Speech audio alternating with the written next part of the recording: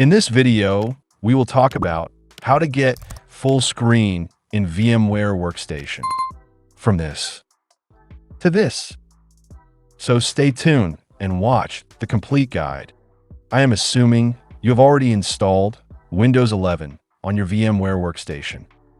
And now you are stuck with this screen. Simply click on VM, then select Install VMware Tools. Click on Install. If you see DVD drive, VMware Tools, then click on it and select Run Setup 64exe. Click on Yes and wait for it to install. Once you have VMware Tools setup screen, click on Next, Next, and Install. It's going to take some time.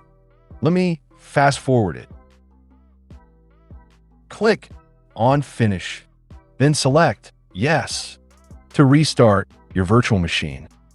So that's how you can make full screen in VMware Workstation.